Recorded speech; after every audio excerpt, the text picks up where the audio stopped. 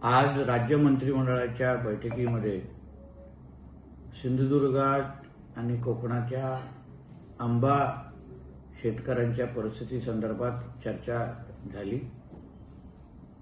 त्या एकंदरीत आंब्याची ह्या सीझनची परिस्थिती मोहर असेल आणि एकंदरीत आंबा गळून पडल्यामुळे आज सीझन असताना पण आंबा शेतकऱ्यांची अतिशय जे दयनीय परिस्थिती आहे त्याची संपूर्ण माहिती मी आदरणीय मुख्यमंत्री, उपमुख्यमंत्री आणि पूर्ण मंत्रिमंडळाच्या समोर मांडली आणि ते ऐकल्यानंतर आदरणीय मुख्यमंत्र्यांनी संबंधित कृषी खात्याचे मंत्रालयाचे जे सचिव आहेत त्यांना ह्याबद्दल सखोल अभ्यास करायला सांगितला, माहिती गोळा करण्यासाठी सांगितली।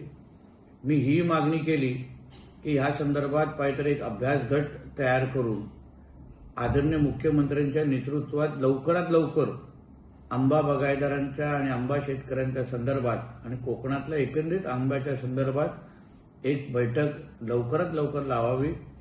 त्यानुसार आदरणीय मुख्यमंत्री साहेबांनी पहिली माहिती गोळा करून त्या बाबतीमध्ये लवकरात लवकर निर्णय घेण्याच्या दृष्टिकोनातून निर्देश दिलेले आहेत।